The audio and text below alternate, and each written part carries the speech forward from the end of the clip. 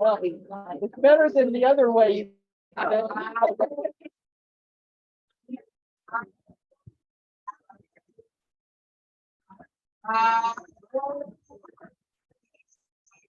Family, welcome back, welcome back. We are underway. Everything is moving beautifully. And I am super excited for us to transition into our first panel. And I am very happy to welcome back Dr. Kara Malika Daniels, who is going to be the chair of our first panel. So let's welcome Dr. Daniels.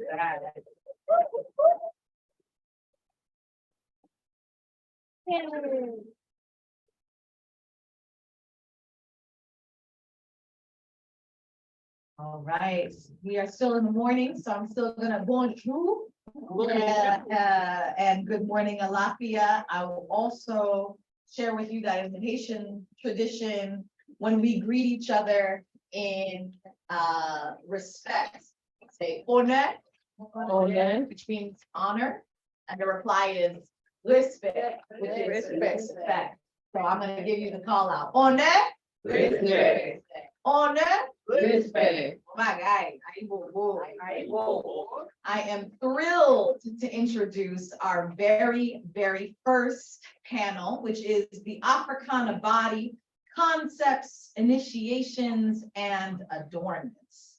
Our first presentation will be by Dr. Marcus Harvey, and I will introduce each panelist and their bio first.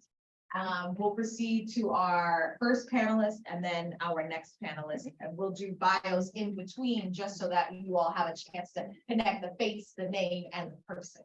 Dr. Marcus L. Harvey is an associate professor of religious studies at the University of North Carolina, Asheville.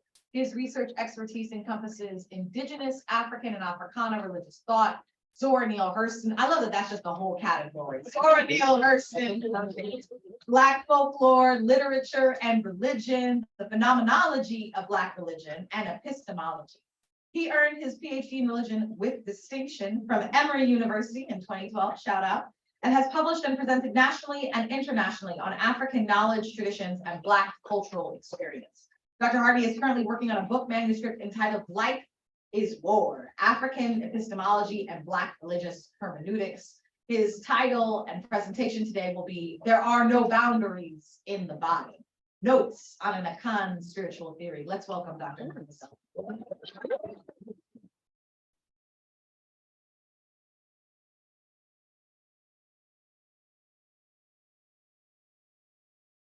Thank you, Dr. Malika today for the generous introduction. I would just say quickly before I get started here that like Dr. O'Sullivan's I am not a practitioner, sadly, but I do have a deep respect for the traditions I study coming out of Southern Ghana and also Southwestern Nigeria. I will also say that my approach is very sort of idea based.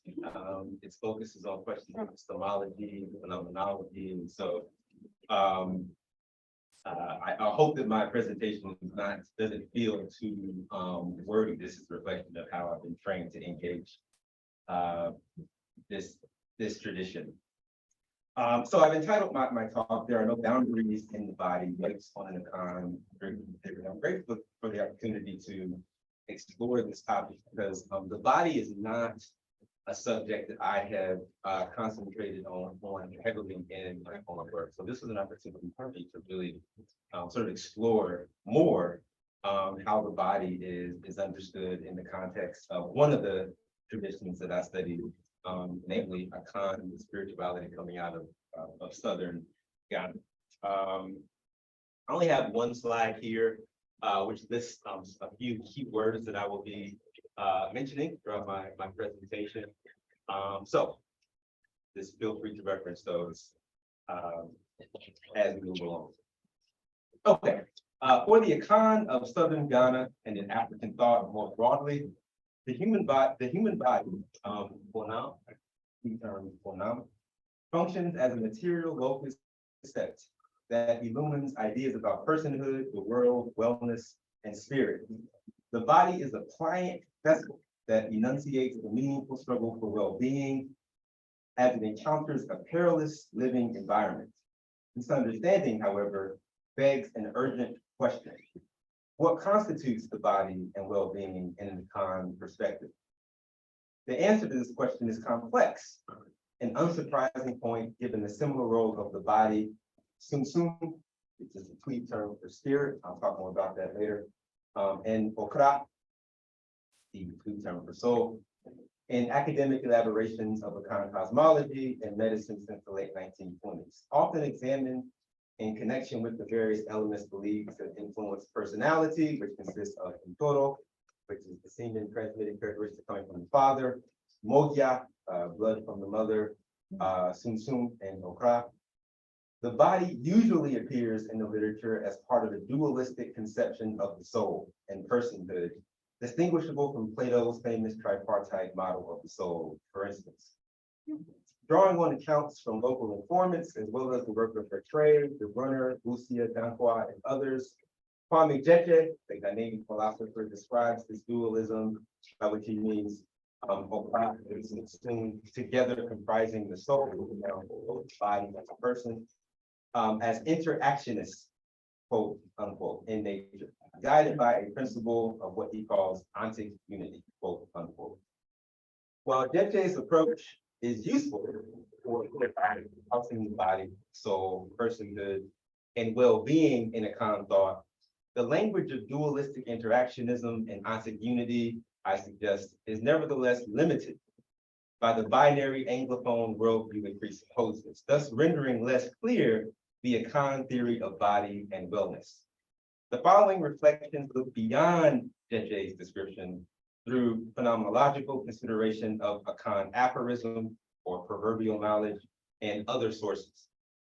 Experimental rather than argumentative, these reflections gesture toward an Akan spiritual theory that comprehends the body as a preeminent physical manifestation of personhood, fluidly embedded within a seen and unseen living relational system, where the possibility of well-being resides in the soul, okra. Among Akan thinkers, the body is always a body in context, by which I mean the body gains full legibility only when approached as an expression of a spiritual economy, where its deepest roots lie and from whence the power, sumsum, sustaining the natural and incorporeal worlds stems. Given the Akan belief in Sumsum's ubiquity throughout the created order, albeit in uneven concentration, the body and its components are made possible by spirit, by Sumsum, thereby bringing them into indissoluble yet dynamic relationship. In other words, the body does not consist of thoroughly individualized parts that, as Jeje suggests, interact with each other from discrete positions, resulting somehow in an ontic unity. Rather, the body emerges from the start as an interdependent relational system, nourished by a common spiritual source responsible for the encompassing relational system of the larger world, within which the body is situated. It might even be said that these systems, in a sense, mirror each other. To be sure, it is not our purpose here to lessen the importance of the physical body in Akan thought, nor its role in manifesting personhood, quite the contrary.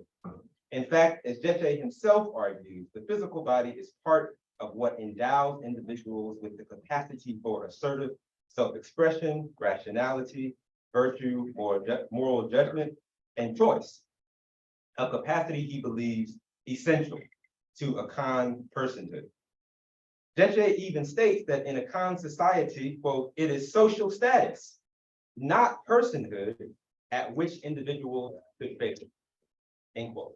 He concludes, therefore, that while one's surrounding community does not create this essential capacity, the community is nonetheless charged with quote, discovering and nurturing it in the person. Implicit in the above capacity is the role of the body's fluid mutability in the realization of personhood. Bodies are changeable over time. So too then are persons. On one level, this labile condition is in keeping with the uncertainty of choice and with the flux of the vegetal, animal, aquatic, and mineral worlds as an interconnected living relational system. On a deeper level, though, the labile body reflects the dynamism of Sunsum, its ultimate source. Earlier, we noted Sunsum's variable distribution across the material and spiritual domains. According to the Akan, this distribution is attributable not only to the agency of Onyame is the Akan chief deity, but also to what Ghanaian philosopher Billy Abraham calls the educability of Sunsum. In Abraham's view, Sunsum is both non-static and educable or trainable, meaning the Sunsum present in a given individual can be increased in amount and strengthened through disciplined effort. Belief in the educability of Sunsum helps explain common Akan expressions such as, she has Sunsum. His Sunsum is heavy or weighty. His Sunsum overshadows mine, and someone's Sunsum is bigger or greater than another's. Abraham's insights, along with the expressions just listed, suggest that personhood absent Sunsum is inconceivable to the Akan. Sunsum is an organizing principle of sorts that fundamentally frames the Akan theory of the body and personhood. The body and hence personhood is never just a matter of matter, so to speak. It is also a matter of spirit, the latter being prior to the former. If the fluid body is the physical realization of personhood in the Akan condition, then the incorporeal soul, Okra, is the seat of well-being, Apomuden. But what is the soul? And what has it to do with well-being? It is to these queries that we now briefly turn. Though space does not allow for a full disposition, it is important to acknowledge the lack of consensus among interpreters concerning the soul. For example, Kwasi Buridu posits that the Akan understand the soul to be a, quote, quasi-physical reality with paraphysical properties accessible only to highly trained priests. I don't have a comfort here, sorry. Moreover, the soul on this theory is the bearer of destiny in Krabia, given by Onyame. Conversely, Jeche, while agreeing with Buridu's observation that the soul is the recipient of destiny, insists nevertheless that, quote, I do not think that the concept of destiny is an essential feature of the Akan definition of the soul, even though the concept of the soul is an essential feature of the Akan conception of destiny. Furthermore, Jeche strongly disagrees with Buridu's contention that the Akan soul is somehow quasi-physical, having paraphysical properties. He writes, quote, such description of the Okra in Akan thought runs counter to the belief of most Akan people in disembodied survival of life after death. For a crucial aspect of Akan metaphysics is the existence of the world of spirits, Azamani, a world inhabited by the departed souls of the ancestors. The conception of interpretation of the Okra as a quasi-physical object having paraphysical properties would mean the total or near total extinction of the Okra upon death of the person. And if this were the case, it would be senseless to talk of departed souls continuing to exist in the world of spirits. End quote. Our goal is not to settle this debate, of course. Such a task falls well outside the scope of these reflections. Instead, the simple aim is to highlight the soul's role as the bearer of destiny, and is that which grounds the fluidity of the body and the person. For it is here that we begin to perceive the soul's relationship to well-being. The work of Kofi Asari Opoku and others indicates that the Akan soul is a conscious soul, a thinking soul. In this, it joins the rational activity of Sunsum. Intellective consciousness notwithstanding, the soul is a lodestar in the body that accompanies it in its confrontation with the afflictions of life that oppose the pursuit of destiny. The Akan say, if Onyame gives you an illness, Onyame also gives you medicine. Implicit in the proverb is the principle of balance. Illness, which includes sum yade, spiritual disease, requires medicine, just as medicine requires illness. Similarly, the body requires guidance through the existential uncertainty of living, and the soul requires a destined body to guide. But boundaries would impede the relational intimacy that allows such guidance to proceed in the first place. Thus, the Akan proverb, which is the paper's title, there are no boundaries in the body. What afflicts the body afflicts the soul, and what afflicts the soul afflicts the body. Likewise, the healing of the soul means the healing of the body. We might describe this as a spiritual law of the Akan cosmos that stands alongside other laws, such as the proverb, a person grows in order to die, but does not grow in order to fly. What then is well-being for the Akan? And I'll close here. I propose that well-being is the soul in balanced transit with the body through an unpredictable life toward destiny, largely unperturbed, but not untouched, of course, by the disorder of illness and nefarious spiritual activity. The tweet term for this is Beye Boro. Is often translated incorrectly in English as witchcraft. Yep. The presence of an unafflicted soul is the precondition for the wellness of the person. Therefore, personal health is a matter of soul health, as well as, by extension, the acuity of one's sense of purpose. I'll conclude here.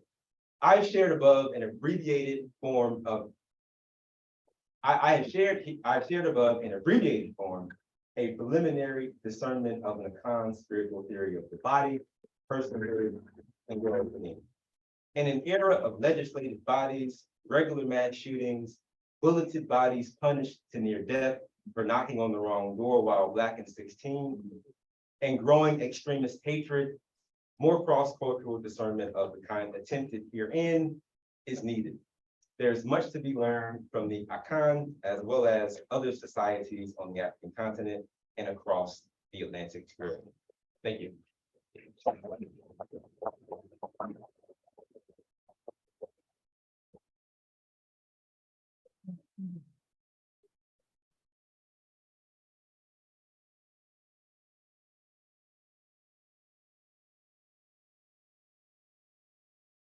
Right, let's give one more hand to Brother Marcus Harvey. All right, our second speaker today will be Dr. Rachel Panton, who is an assistant professor of writing in the Department of Communication, Media, and the Arts in the Helmholtz College of Arts and Sciences at Nova Southeastern University. She earned her PhD in Educational Studies with a specialization in adult learning and development, using narrative research and portraiture methodology to write the life stories of 3 holistic Africana women community educators in South Florida. Her courses and interests primarily focus on women's narratives of wellness and transformation. Most recently, she served as a guest editor for the University of California, Berkeley's Race and Yoga Journal, where she led the publication for Sasson through Sapana, a special volume dedicated to the stories of Black women yoga instructors. Dr. Panton is the editor of the forthcoming book, Black Girls Own Too. Ooh, that's a title right there. Black Women's Bodies and Resistance to the Visual and Narrative Rhetoric of Yoga. She will be presenting Black Bodies, Belonging, and Blue Spaces, centering hydro-ontological perspectives of African diasporic religions in the rhetoric of ocean conservation. Let's please welcome Dr. Rachel.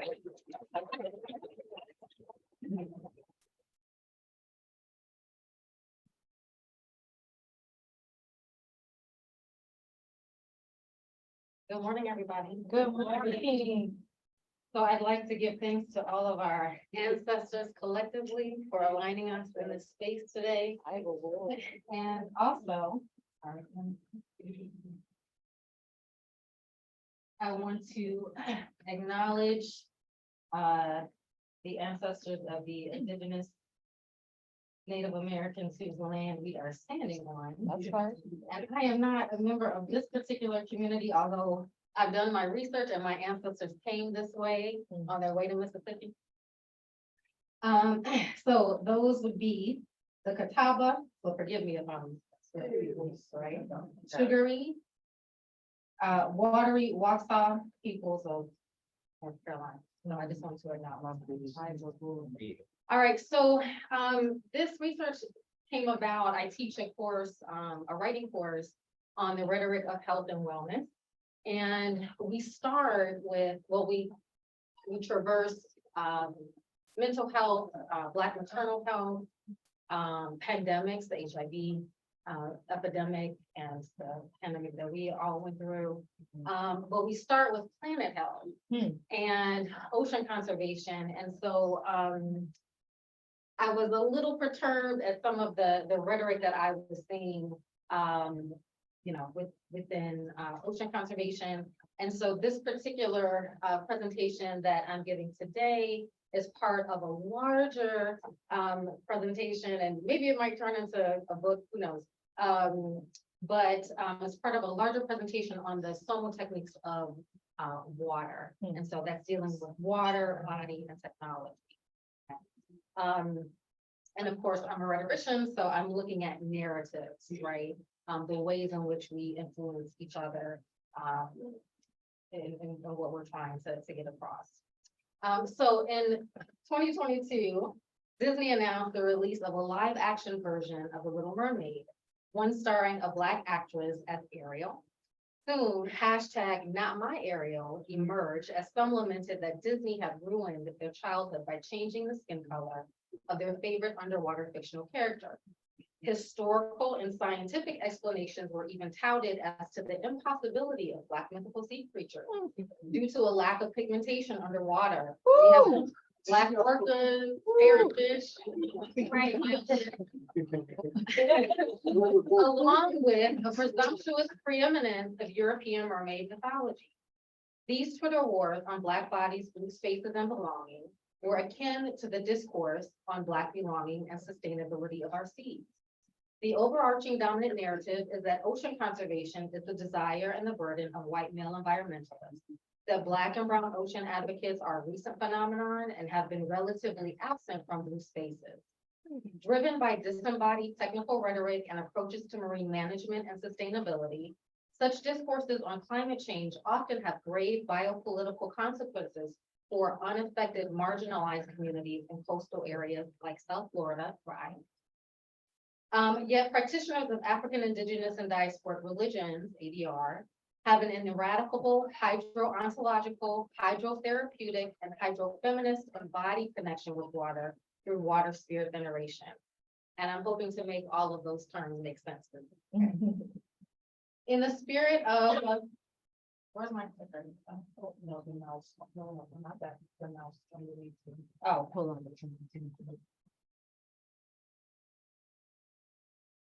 And the spirit of this paper, this is a shortened version, seeks to talk back to the existing dominant narrative on ocean conservation by underscoring and centering African diasporic spiritual blue space narratives, localized aquatic community education and activism, the embodied hydrofeminist nature of ocean preservation within ADR communities, and the need for more inclusion of African Indigenous knowledge in scientific literacies and policies on sustainability and disaster recovery, much like Matisse-based and traditional ecological knowledge, or what they call tech, approaches currently underway with First Nation communities in Canada. Perhaps the policing of Ariel's belonging and the dominant narrative that Black folk are new to ocean conservation is in part due to the relatively new white imagination that Black American bodies belong to urban Black spaces. The visual rhetoric of US news media often frame images of Black and brown people occupying interurban enclaves. Despite Black American roots in the rural Southern lowlands, these discourses often suggest that Black bodies don't belong in nature. That's right. Yet discourses about even fictional belonging of Black bodies in blue and green spaces have real life consequences in the surveillance of Black people's mobility and containment. These rhetorics underscore the dominant narrative that Blacks, particularly African Americans, are not only unwelcome in green and blue spaces, but are unbothered by climate change and even anti-environmental. So this is Chris Cooper. I'm sure you've heard of the story in Central Park. And this young woman, this little girl, sorry, she's a 9-year-old little girl, Bobby Wilson. She was just given an honorary certificate from Yale.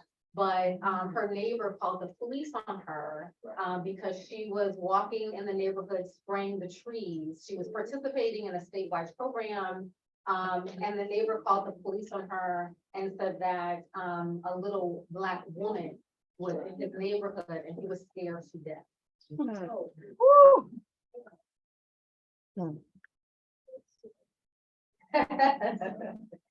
Over the last few years in the US during Black History Month especially, periodicals and marine biology programs seeking to recruit more students of color have underscored the latest Black and brown faces of ocean conservation and a confined maritime history.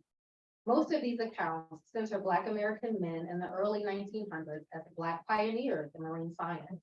These stories often invoke injustices of underrepresentation and barriers to access of marine biology programs, which is necessary, but they do not dive deep enough into Africana aquatic histories and ancestral lineage with waterways. Programs like Diving with a Purpose, DWP, attempt to provide more access to maritime archaeology training while educating communities on sunken slave ships and honoring ancestors of the sea. The work of the DWP, as well as Samuel Jackson's documentary and the subsequent book Enslaved, the second history of the transatlantic slave trade, certainly create a stronger visual and narrative rhetoric for Black bodies and blue spaces globally. Little emphasis, however, is given to the blue consciousness and fluid symbiotic relationship with water and African diasporic spiritual beliefs and practices. Such as spiritual connections to the ocean and collective ecological consciousness of preservation are rooted in ADR connections and devotion to the ancestors, as well as sea-dwelling Orishas and Wa. They underscore microbial politics, ocean imaginaries, transcontinental sisterhood, and oceans within as we seek blue spaces and blue care as sea proximal experiences of health, physically, spiritually, and mentally. Reverence of these water spirits is represented through contemporary and emerging Afrofuturist and YA writers who are talking back to dominant imaginations of Black bodies, spaces, and belonging. Aisha Hamid's Black Atlantis Project describes Drexia, an Afrofuturist underwater world created by an electro duo from Detroit who trace their roots back to African women who were thrown off the slave ships to drown and gave rise to a sub-Aquarius empire. Likewise, in her debut YA novel, Natasha Bowen draws from this history and Yoruba mythology for her character Simi in Skin of the Sea. For many reviewers, this was Little Mermaid reimagined due to its story structure, and it was praised for swimming into new waters, when in fact, African indigenous origin stories across the continent predate European mermaid tales. That's right. Yeah. These writers present narratives rooted in Yoruba mythology, and yet they are, as Bowen writes, often insidiously and incorrectly presented as primitive. Yet ADR practices underscore logics and pluralities of human relations with the oceans and coasts, and potentially assist our transcendence from singular stories of ocean conservation. First waters and significance of water spirit. Many ADRs embrace a perspective that spirits and ancestors live among us in our homes and our natural elements, and even within us, in our DNA, and our bloodstreams, and our physical features, and our mannerisms, and as protective guides. In a study on ocean humanities, Isabel Hoffmeyer and Carne Lavery discussed the hydro-ontology of sea proximal communities in South Africa. They describe the significance of water spirits and sea-like creatures in bodies of water and psychological religious well-being. One healer diviner told them, in traditional healing, we have people who are from the ocean and people who are from the river. It is important then that when we go to the ocean, we go to pray and ask the ancestors for help. Her words illuminate a perspective that water is a source of culture, and the ocean is a biocultural complex and living organism. The sea contains the spirits of the dead, and therefore Ashe, or agency and power. Accordingly, river and ocean water especially are essential to human health and human ritual relations. These sentiments are echoed in West African tribes like the Yoruba, where beliefs center the phenomenon of water patterns of celestial beings with origins of interrelated life forms. Creationist analogies even prioritize first waters as a causative agent and the catalyst of landscape for Earth. In various versions of these creation stories, water and the heavens are first. Then deities invoke pathways to the landscape.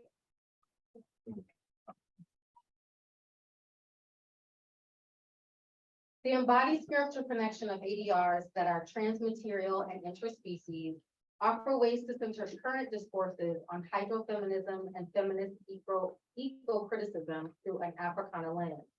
Issues surrounding microbiopolitics and oceans within that have emerged in hydrofeminist literature are already embodied in the ontological blue consciousness of ADRs. Hydrofeminism suggests that given our bodily makeup of 60 to 90% water, there is no separation between humans and water, as water flows through bodies, species, materialities connecting them. Hydrofeminism then is solidarity across watery bodies. Water is a conduit and a mode of connection which encapsulates physical intimacy and fluid exchange with each other and our individualized bodies, as well as with the sea. Represented in the likes of Yemanja, Oshun, Olokun, and other water deities are the exchanges that take place through sexual intercourse, amniotic fluid, lactation, but also extend through water that sustains material bodies and the microbiomes the water contains. Hydrofeminism asks of us to contemplate a new ethic in Western society that examines transmaterial harmful threats, which are disproportionately impacting Black and Brown communities globally. We know, for example, that waste from agricultural and industrial runoff in the West have made their way into the Arctic waters, infiltrating the fish and diets of the coastal Inuit indigenous communities, and therefore the breast milk of nursing mothers. Roosevelt Boswell suggests examining the ways in which local indigenous practices of being with water can have implications for everyone. This technique calls for localized ethnographic research, which draws attention to regional and community-specific studies on values and approaches to environmental conservation. Currently, the Oshun Soko Grove, a UNESCO World Heritage Site, is a protected worship location to the goddess Oshun and is a living example of the indigenous beliefs and practices of environmental sustainability. The core attitudes, practice, and knowledge of human behavior with the environment is predicated on beliefs of interconnectedness of people and waterways. In certain instances, water-related life forms are considered accomplices to the deity. Therefore, hunting or fishing of these resources might also be distorted. The role of sea and coast in human health and African ontology reveals an ecological consciousness that is preserving of ocean health and our own. We're all, many of us are familiar with either.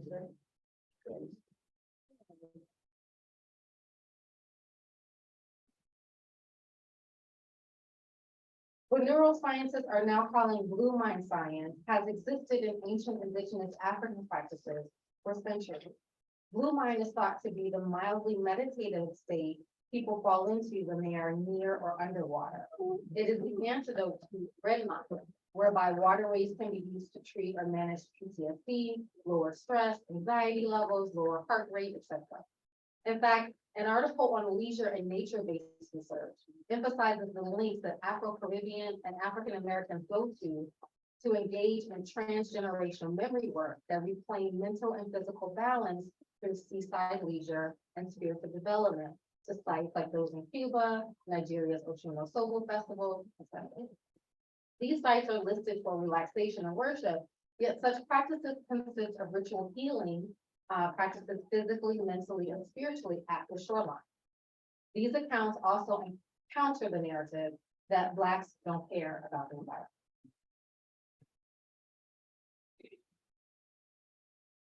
In coastal areas in the US, like South Florida especially, blue care often takes place through rituals, ceremonies, and offerings to Yemanja in direct response to climate change that most often impact Black and Brown spaces the hardest. Sightings of ritual offerings are so ingrained in the cultural identity of South Florida that a recent study on Miami hurricane humor underscores memes on social media that both pay homage to and poke fun at Santeria as a tool for redirecting storms. So I don't know if you can see the little Santeria is pushing. This was Dorian, Hurricane Dorian, literally came right up to us and went up. Jokes aside, as the threat of climate change puts pressure on South Floridians to make major changes in the ways in which we interact with nature, those in marginalized communities are increasingly and disproportionately displaced in the face of rising sea levels and natural disasters. South Florida is uniquely vulnerable to sea level rise, set to inundate low-lying neighborhoods due to a rising water table from aquifer erosion and a complex water management system that relies on gravity-driven canals. Climate change amplifies social inequalities such as income disparities, lack of public transportation, limited affordable housing, and climate migration. Areas with Black majority populations like Liberty City, Coconut Grove, and Little Haiti have increasingly felt the impacts of environmental racism and climate inequity following major superstorms. Given the consequences of those communities on the receiving end of hurricane disaster responses, an emphasis on inclusivity is paramount. Local practitioners within ADR traditions are beneficial as policy stakeholders in the management of marine environment, much like Matisse-based and tech traditional ecological knowledge practices in sea proximal communities in Canada. Studies show that tech can be successfully coordinated alongside Western scientific systems. Recommendations have been made to incorporate input from Indigenous into science curriculum development, as Indigenous students are often not attracted to the sciences because they are, quote, inaccessible and culturally irrelevant. Since Black students make up less than 2% of graduates in earth, atmospheric, and ocean sciences, a similar argument might be made that perhaps we can encourage more engagement by reframing their own histories beyond aquatic slavery and first in Western marine biology to include an ADR-based knowledge approach. Yes. An approach that centers ADR knowledge alongside Western science could assist in a narrative shift regarding blue consciousness and Black bodies. Black ocean advocates aren't new to these discussions on ocean conservation. From our origin stories to our site visits of Ocean of Sogo, the aquatic history and conservation consciousness of African descendants is as extensive and as deeply rooted as Orisha or local. Black mermaids have existed for time immemorial, however, and so has our belonging. Those who practice African diasporic religions experience living water and sustainability as an embodied spiritual practice. We must keep talking back with African diasporic spiritual blue space narratives, localized aquatic community education and activism, the embodied hydro-feminist nature of preservation within ADR communities, and the need for more inclusion of ADR-based knowledge in the conversations of first and Western marine management and sustainability.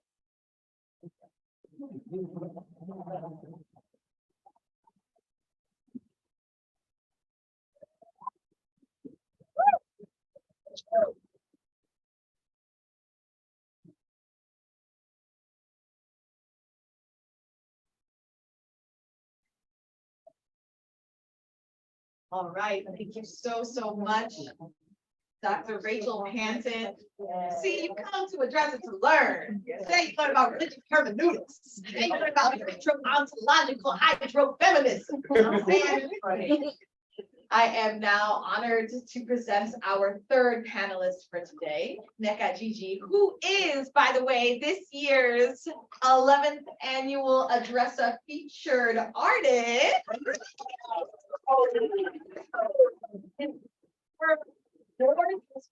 That is featured on our program, and you can access that via the hyperlink that has been sent out to you in your emails and the QR code. She is a braid adornment artist, educator and doctoral student based in Los Angeles, California. Shout out to Cali. Yeah. Using braids and ancestral adornments, Nneka Gigi uses natural hair culture to tell the histories of female heroines from the past, in the present, and future. Currently, she's completing her doctorate in educational management and studying natural hair culture as a vehicle to improving the multi-literacies of Black girls globally. As a proud Nigerian American mother, scholar, and artist, Nneka integrates her knowledge of culturally relevant research with her work in braid adornment rituals, literacy, advocacy, and the excavation of African ancestry. It is her hope that through natural hair culture, a bridge will be built to position natural hair culture, multimodal words of Black women and African ancestry as a deserved and long overdue tool in and outside of the classroom. Allow me to welcome our featured artists who will be presenting insights, Black women, and homage to African hair and preservation of Black women.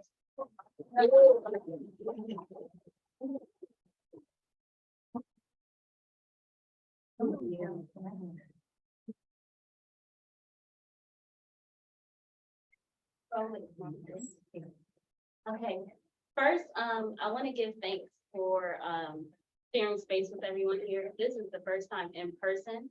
I feel like I've been able to show up physically and intellectually as I am and just show up. So I want to give thanks for being here because on my spiritual journey, this has been very much so needed.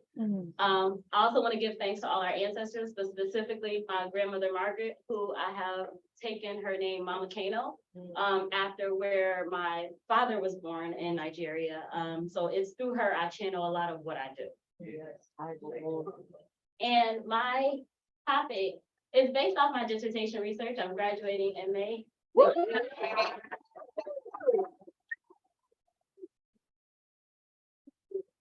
And this presentation is based off that. So it's titled in CITE, Black Women in Homage to African Hair and Preservation of Black Girlhood.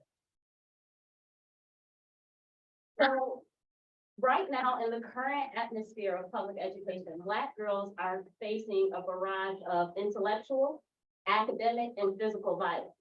Now, specifically, what I'm going to focus on is the intellectual violence that I think that Black girls are facing, even though physical and academic can definitely be pulled up from some of the things that I'll discuss.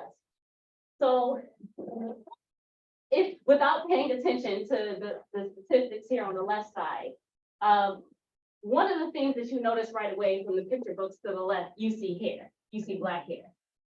What you don't know until you read the left side is books like this and a long slew of them are being banned across the US. Why this is problematic is that it is telling Black girls that their hair, and also the Black women who wrote these stories and the Black women who illustrated these stories, are not welcomed in education. This is very problematic because traditionally the literature that's used to teach Black girls do not center their stories. It do not center people that look like them. So 40% of the books being banned contain protagonists or prominent secondary characters of color. And then also 21% directly address issues of race and racism. So right now there's this sensitivity to talk about race and racism with younger age groups. But the thing is with Black girls, we have no choice. We cannot get away from it. So to exclude it from the educational experience is to exclude a part of our identities. It's something that Black girls have to face. So it is my thought and it is my belief through literacy that they should be exposed to these books, exposed to some of the beautiful and harmful messages that lie within it, because the truth of the matter is they're going to face it anyway, and they already are.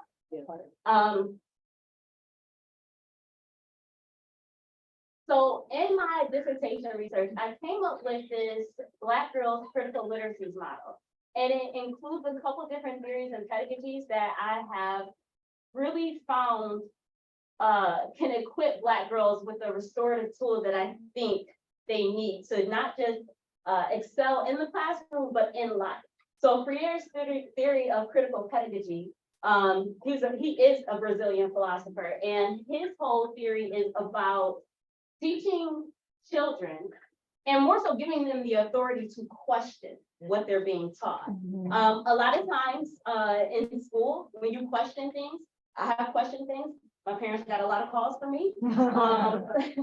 But we teach children that they can't question what they're being learned. But we all largely know a lot of what is being taught is a form of miseducation. So if we don't teach them to question things in school, when will they learn the tools to question things in life that ultimately will affect their standard of living? Collins' Black feminism theory. Traditional feminism do not include Black girls and Black women. It does not include the intersectionality of what we deal with. And Black girls literacy framework, actually, I'm gonna jump back into that a little bit later because that's kind of the crust of what the rest of this presentation will be about. But Black girl literacy framework actually came from Dr. Gobi Muhammad and Dr. Let me give her flowers. Marcel Haddix. They published an article in 2016 that expanded the scope of how we look at literacy and Black girls. And then finally, culturally relevant interventions, that's where hair comes in. A lot of times people think of natural hair, African hair as a form of beautification, but it's so much more than that. It's so much more than that. It is literally an antenna to connect us to our past. And by connecting us to our past, we get to realize that we're so much more than the civil rights movement and slavery. Okay, that's right, that's right. So based on Muhammad and Haddix's framework, they found 7 different ways to expand Black girls' literacy. And that's why I say multi-literacy, because traditionally we think of literacy as the ability to read and write, but our ancestors have always used literacy as a form to advocate, renegotiate, and re-author our narrative. So it was never about the ability to just read and write. So political. So the Tingman laws, for anyone who, like I'm pretty sure everyone may have heard of it here, this was a law that forced women to wear headwraps to cover their beauty because the thought was that they were a distraction to white men. So now, as we look at where we are in the world with the Crown Act, which is arguing for respect and preservation of Black girls' hair, or just all natural Black hair in schools and in the workplace, it's interesting when you look at when this was enacted and when this was recently enacted, for the fact that it's still an issue, the attack on Black hair. And the attack on Black hair is synonymous with Black bodies because it's attached to our bodies. It's not separate from us, it's attached to us. Tied to identities. I'm gonna step out a little bit for this time. So our natural hair, as I spoke, it ties us to so much. It ties us to the traditions and hair, music, food, you name it. Cornrows by Camille Yard, one of my favorite children's books, because growing up, I used to read a lot. A lot of times I stayed in the house and read because it came in my neighborhood. But this was the first time that I was able to read a book and see my African heritage reflected in a picture book. That book has never been used. I don't think I've ever, and I've taught and I've built a beautiful relationship with educators across the United States. I don't think I've ever seen a book like this required or used in public school curriculum. So I took a picture of the book, and sorry, it's marked up because of my research. So this traditional hairstyle is called shuku, which in Yoruba, it means a basket. So in this story in cornrows, you see that there's this celebration and there's this healing and there's passing of traditions through hair. And the kids in this story in cornrows, they're able to sit with their grandmother and their mom, get their hair braided, and hear the stories of their ancestors. So one of my main arguments for using this sort of literature that focuses on Black hair is that I think it just renders a certain sense of visibility that I think is lost in our culture, especially in terms of what is typically offered in like the literature in classroom. And then also, I mean, I'm pretty sure everyone has saw Black is King. And also, if anyone is ever interested, this photo in particular came from J.D. Ojekiri. He's a Nigerian photographer, and he has this beautiful collection of Black and white photos of African hair. It is, I call it my hair Bible. Like it's just so special to me. Okay, intellectual and historical. So the book over here, Stacy's Extraordinary Words, is about a little girl who she's so fascinated with words, very bright, very intelligent. The reason why I highlighted this is because a lot of times the narratives that I typically see of Black girls in children's literature, it subjugates them, and it also adds to certain stereotypical notions of Black girls and Black women that you see in television and in the media. And I also want to make mention, every book that is mentioned here prioritizes a Black female protagonist, because I wanted to make sure that it's important that we go against the notion that Black girls and Black women cannot be the center and forefront of their own stories. They do not always have to play back fiddle to another prominent White character. And historical. This was the Queen Idia Mask. I discovered this picture book that talked about Idia's story. And what I thought was so beautiful about it is because it told the story about her as a child. Wow. And how she rose to become a queen. And I think that it's beautiful for children to be able to see an actual queen, and there's nothing wrong with fiction, but an actual queen who rose to power. Yeah. And I think it's empowering for Black girls, because I think a lot of times they feel so bound by just the historical, the medical, the intellectual oppression. They don't associate themselves with queens. So I really wanted to put this title here because it's so important that Black girls understand that this is your origin. This is a part of your origin. What you're being taught is a deviation from that. Multiple, collaborative, and critical. So here where we have multiple, I chose to highlight I Am Ruby Bridges, how one 6-year-old girl marched to school and changed the world. So Ruby Bridges made history because she was the first Black girl to segregate in all white schools. And the reason why I say multiple is that sometimes when we look at Black girls, we forget that they're in this world that we live in today, they are not allowed to be girls anymore. They take on so many different roles. So when I say that Black girls have multiple identities, we have multiple identities. And it means that they come to classrooms, not just as Black girls, but they come to classrooms as caretakers for their siblings. They come to our classrooms as activists, whether they want to or not. You know, she just wanted to learn. That's right. But she was thrust into being an activist because what she did was just groundbreaking. It had not been done before. So to me, this is a way to empathize with Black girls by recognizing their multiple identities, by recognizing the weight that they carry when they walk into the classroom. So my purpose specifically for honing in on multiple is to have compassion for Black girls, meaning they don't have attitudes. They aren't rude, they aren't disruptive, but they are dealing with a lot. So it's a way for educators to understand before you want to give your curriculum, you need to give space for these Black girls to breathe if you really want them to be able to acknowledge whatever it is that you're teaching. So when we acknowledge the multipleness of Black girls' identities, we are acknowledging, their humaneness. Collaborative. This is a beautiful comic by Jamila Rowther and Trinidad Escobar. Now, comics are not really salient in children's literature. Comics and graphic novels, even though a lot of research shows that it helps struggling readers.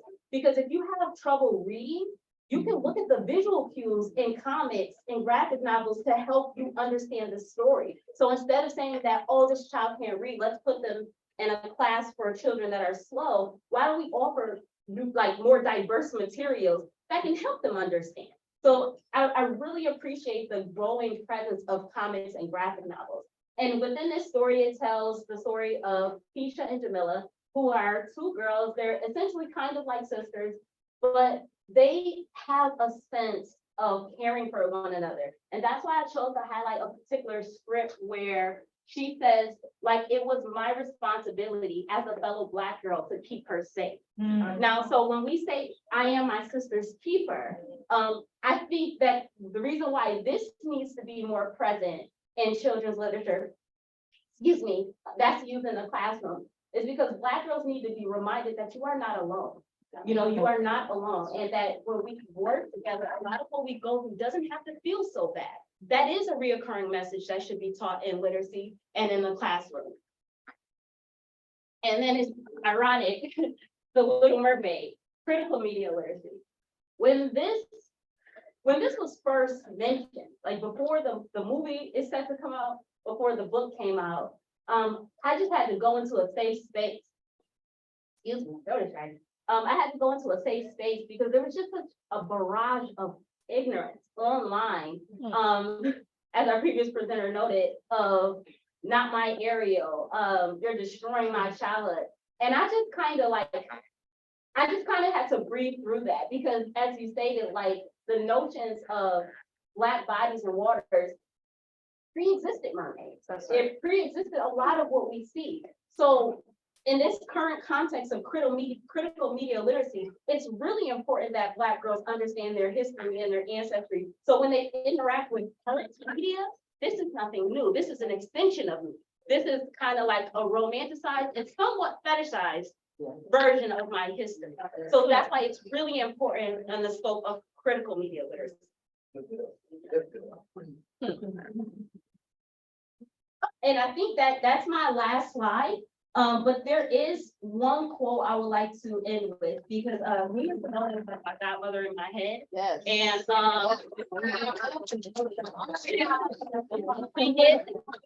and when I see her struggles with mental health, whereas a lot of the world may have judged her, I related to her, you know, because there's nothing shameful to struggle with mental health if you grow up in a society like this. I would like to offer a statement, or a quote, I should say, that it starts my dissertation. Like before my chapter 1 starts, this is the quote that starts my dissertation, which I had to fight to put in there, but that's a different story for a different day. My job is to somehow make them curious enough or persuade them by hook or crook to get more aware of themselves and where they came from and what they are into and what is already there. And just to bring it out. This is what compels me to compel them, and I will do it by whatever means necessary.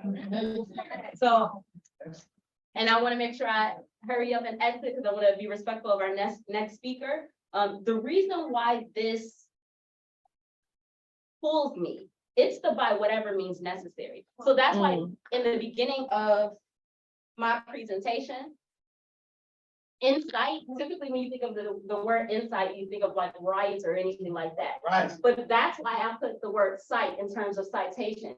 Means that my research is calling for a reclaiming of Black girls and Black women to own their narratives and literature. And we're going to do that through here. We're going to do that through literacy. So I channel my grandmother, I channel Nina Simone and every other person who has spoke on behalf of Black women and Black girls in literacy. And it is a by whatever means necessary. It's not a threat, it's a promise.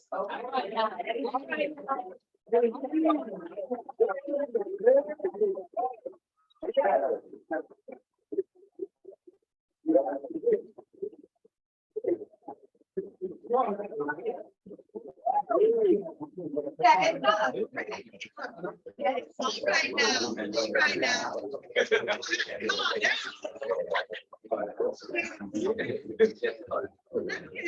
Another round of applause. Oh.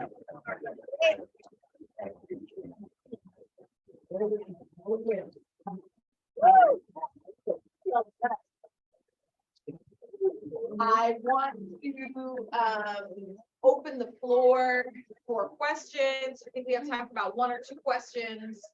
But I just want to say thank you to those of you who have shared your magnificent work with us already. There is so much that we have to unlearn, you know, in these colonial systems of education. And it is so important and disrupt, you know, there's so much we have to disrupt and blow up. And I think that a lot of times we don't realize that so many of the answers that we're looking for are in our tradition. And those answers have been there all along. And we may need to adapt. We may need to, you know, bring them to a new context or a new nuance problem. But these issues are ancient. you know, and our traditions are more ancient. You know? That's right. That's right. You know, so we really have such wisdom sourced from our own traditions. So I want to open the floor for one or two questions to pose to our fantastic presenters. I see Sister Regine over here in the back. I gotta give a shout out on that. Respect to my sister. So please go ahead. Thank you, everybody, for this. This is phenomenal. And it's not a question, but it's something to put forward. I think that one of the things that we should consider, is having a traveling library. A library that speaks to exactly what everyone has been going through in this time of banning, where Florida and Texas are looking at spaces in which these stories are actively being shut down. But in this space, we are continuing to activate and reactivate. Yes. So for our children, for our community, and for other people's children. Yes. Because we think to ourselves, but we understand that it is other people's children that often are a threat. So that's part of the challenge that we're dealing with. A young boy getting shot for knocking on the door is because of how someone else thinks of them. That's right. It's not just ours. So I'm not sure how, but there are ways in which we are fighting this book ban, this fear of critical thinking. Yeah. Right? And that we insert our stories, our literature, our work into places and radicalizing them. So I just say I shape everyone who spoke forward. And I put that forward to my sister because she's already doing so much. And you know, she don't need to do it, but we can work together. Look at this guy, but she's like, girl, stop. We also have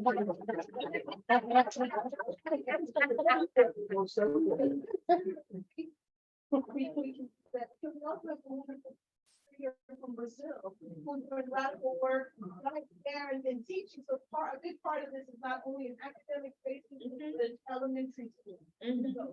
I love that idea of a traveling library. And you know, when we think about equity, right? When we think about equity, we need to think about what it means to have open access books. And that's something for those of you who are publishing, for those who are, you know, students. I mean, shoot, all of us are students, right? That's why we came here today, to learn, right? So in our ongoing studies, I think that's something that we can really advocate for at our various institutions, right? It's open access journals, open access books. If you are publishing, you know what I'm saying? Really try to see if you can fight with your publisher or, you know, persuade with a little honey on the tongue with those shrooms powder, right? And say, I really want to make this text accessible to wide audience. This is especially important for our sisters and brothers and siblings on the continent, in the Caribbean, who don't necessarily have the same access to things behind paywalls, you know? So when we can make our publications and our books and perhaps even our children's books accessible to wider audiences, I think that can really, that can change the world. Thank you for mentioning systems. Any other questions? Okay, yes, Dr. Boaz, please, and Luca. I actually decided to talk about I don't think we can put something out there too early, but we've actually been having conversations about this. I know that she and I are both thinking about how we can mobilize kind of open access portals, you know, thinking about I have that kind of information on persecution of Africana religions, but also thinking about how this organization, right, which is focused on the study of Africana religions, can also create some open access materials that will make it possible for people to find, especially accurate information. Yes. But I think that these presentations on this last panel show us that we need to go further than that.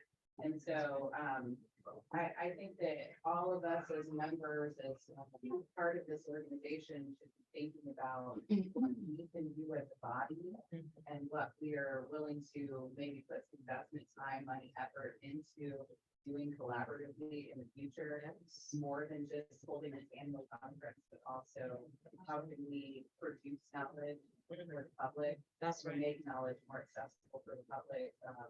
I think hopefully through, the internet is this kind of a way to go with that. Maybe a traveling library as well. I never thought about that. But if you have ideas about that, that's something that I'm working on. A role that I hope to take on a little more in facilitation. And so feel free, edu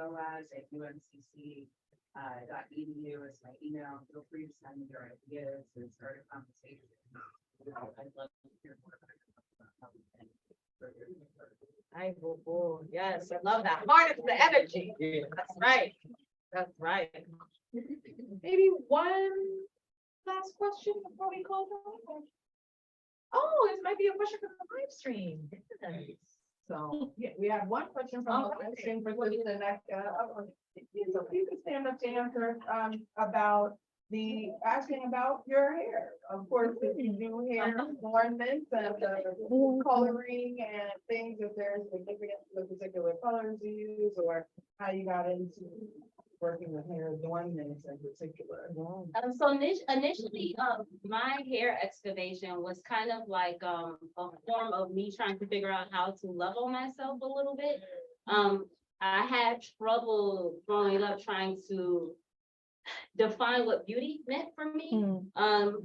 Physically, having hips and things like that, and wanting to be small, and just not really understanding how to capture what beauty looked like for me. And it was through these hairstyles was the first time I actually was able to look in the mirror and feel beautiful about myself. And then also being Nigerian American, I realized there was such a rich cultural tradition associated with African hair. So then I started to use African hair as a conduit to not only learn about stories, African female heroines of the past, but to also share that with people in my community that were willing to listen. This particular hairstyle, this is technically African threading. So it's, you can do it with yarn, but sometimes it's done with a very, very fine thread. And a lot of times you might see the hair like protruding out. So I just kind of did it with a contemporary feel of doing an Isu Owu bang, kind of, so to speak. And blue, synonymous with purple a little bit, has like connotations with royalty. Also, I just like hair that stands out. So my hair will sometimes be pink, it will sometimes be yellow. So when I think of being disruptive, I use my hair as a way to let people know I'm coming into the room. I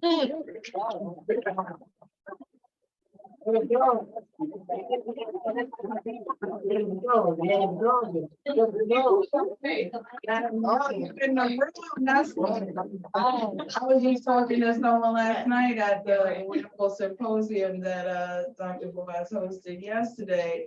And one of our beloved EOs came in razzle dazzled, and I was like, all right, that's how we're doing. She said, oh, you think it's too extra? I said, look, to be extra is to be African. We use our bodies as canvases. We use our bodies as vessels. Our bodies are vessels. We use them to communicate so much about ourselves from the depths of our spirits, as our brother Marcus talked about, from the depths of the connection to the waters in our bodies, as our sister Rachel talked about, and in the ways that we adorn them, as our sister Nneka talked about, in the ways that we conceptualize all of those things. And so we are just please give all of our presenters